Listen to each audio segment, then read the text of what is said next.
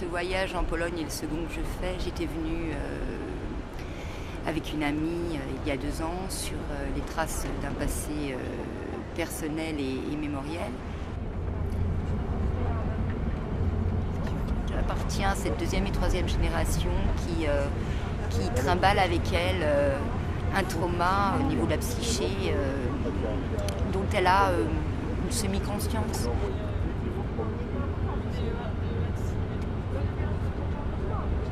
Un sujet intéressant du point de vue de la mise en perspective, et c'est pour ça aussi que je trouve que c'est... Pierwsze grupy więźniów, duże grupy więźniów, które trafiają na Majdanek, to nie są Żydzi polscy, to są Żydzi słowaccy. Les premiers grands groupes de juifs qui viennent à Majdanek, ce ne sont pas des juifs polonais, mais des juifs slovaques. Czy ponad 30 000 Żydów ze Słowacji zostało deportowanych wiosną 1942 roku tutaj do dystryktu lubelskiego.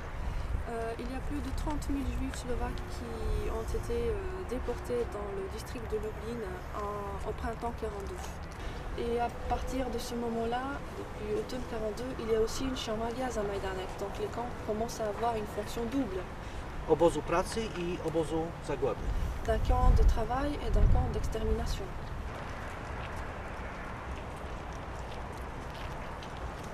I co jest ciekawe, tutaj też musimy ciągle pamiętać, że wszystkie obozy koncentracyjne to nie było tylko miejsce śmierci i wykorzystania pracy więźniów, to były też przedsiębiorstwa ekonomiczne, które miały zarabiać na siebie.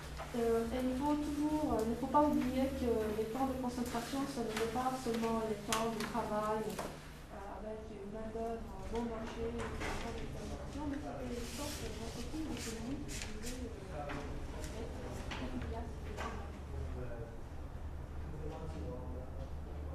voulaient les ouvertures dans le plafond par lequel on mettait le site plombé. Tutaj Państwo macie też otwory w ścianie. To było do takich pieców wentylacyjnych, które później wprowadzały tutaj świeże powietrze pod dezynfekcję. Et aussi les ouvertures dans le mur qui soufflaient de l'air frais, par lesquelles on souffrait de l'air frais après la désinfection.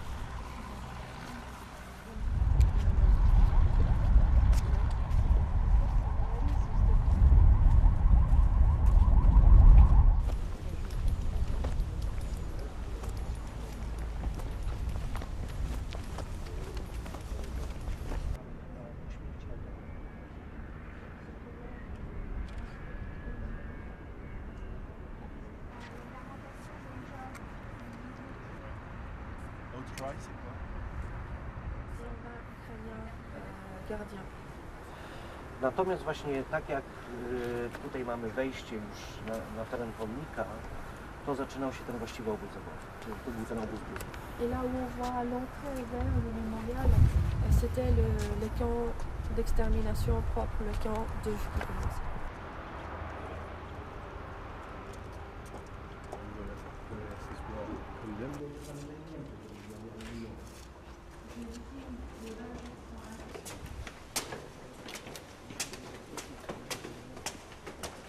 C'est vraiment un petit camp. Ouais, c'est petit, ouais. Ouais, c'est vrai aussi. Qui a détruit énormément de vies humaines. Ouais. 150 Ouais, 000 parce qu'en à 500 000 fait, personnes sur. c'est vrai que. Ça s'arrête là.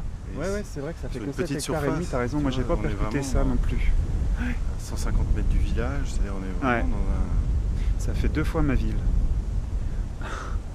2 fois, voilà. Tout le monde s'allongerait dans ma ville et il faudrait le faire 2 fois encore. Enfin, deux fois.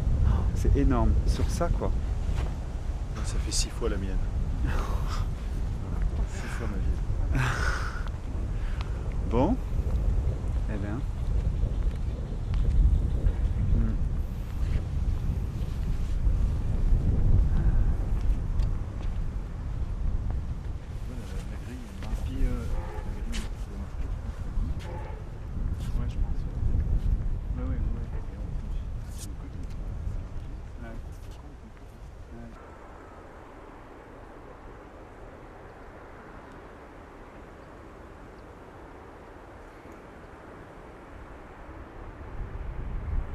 Ten pomnik jest o tyle ciekawy, jest to 74 rok, jest to 6 lat po kampanii antysemickiej w Polsce, kiedy nie wspomina się publicznie Żydów, a inskrypcja na pomniku brzmi: miejsce masowego mordu Żydów polskich. Et l'inscription sur le monument dit c'est le lieu d'une exécution de masse des juifs polonais. Przez hitlerowców w 1940 roku. Par les hitlériens en juillet 42. Czy jest to lokalna inicjatywa, bo gdyby to było sterowane przez Warszawę, tych Żydów polskich by tu prawdopodobnie nie było.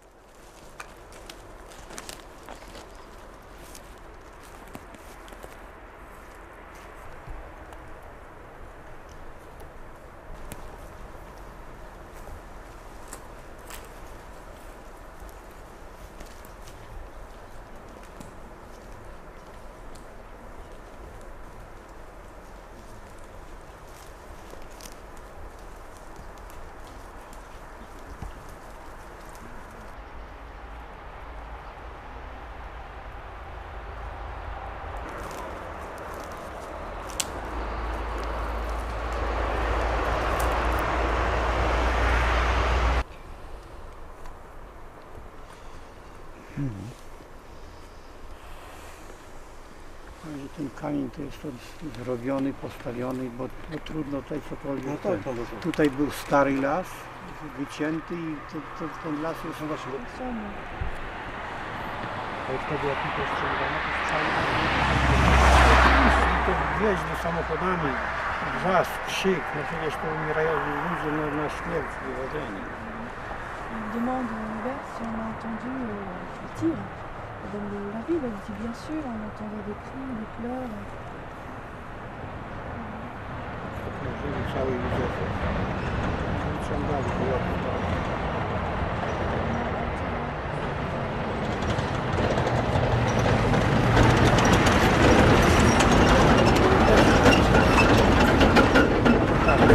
Setkę ludzi pędzili, nie? Pędzili do lasu, których nie było. Certaines centaines de personnes les faisaient courir, on ne sait pas où.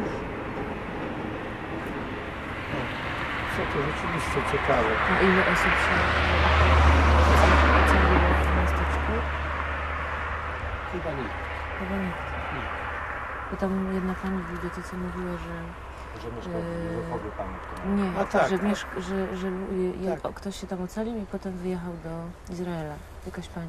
No możliwe, ale nie tutaj, nie na miejscu, bo tutaj był czas, że tu nikogo nie było, bo tutaj nawet nie ma co te. Il dit que personne n'a pu se sauver de cette exécution. Et que si quelqu'un s'est sauvé, c'est pas ici.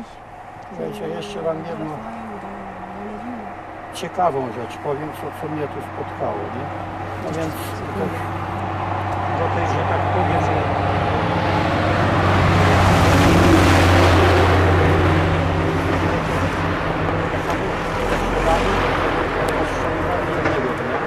a nam dopiero na ten dzień zapędzili do zakopywania, po dwóch do samochodu rozstrzelanych ludzi. Gdzieś około, no nie wiem, bo słońce już dobrze prażyło i jedna kobieta tak patrzy, głowę odwraca, nie? Ja mówię, nie ma Niemców? Ja mówię, nie ma, tam dalej są, nie? Ale ten, a pani jest ranna, coś tego pytam, ona mówi, no, a to widzę. Il dit que l'exécution s'est pas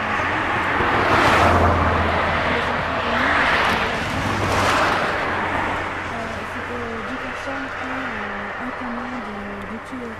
Donc il est allé dans la place où il y avait des corps et il a vu une femme qui a tourné la tête.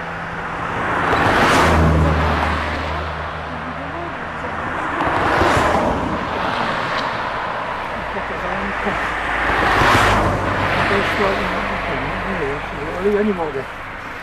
Przepraszam bardzo. Dziękuję bardzo. Ja to widzę teraz. No.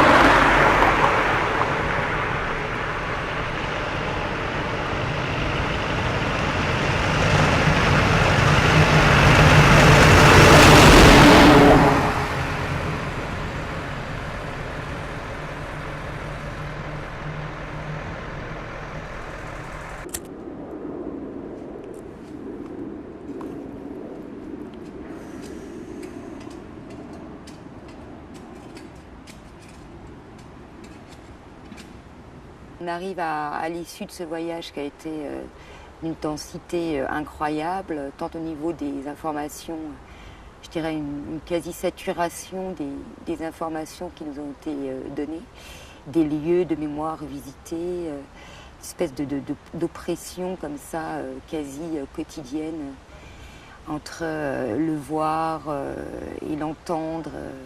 Si on considère que les conférences aussi ont été parfois difficiles, les rencontres également. Et cette impression quand même qu'on va repartir à Paris avec un poids qui ne va pas être évident à communiquer à autrui. Il y a des personnes en gros qui sont venues à deux. Je crois que c'était pas une si mauvaise idée que de pouvoir par la suite reparler de ça à deux, mais pour la quasi-majorité d'entre nous, ça va être plus compliqué de traduire le sentiment qu'on a tous, et l'expérience qu'on a tous vécue ici pendant une semaine un petit peu en vase clos, parce qu'il y a des choses qui vont être délicates à dire, à transmettre, à communiquer.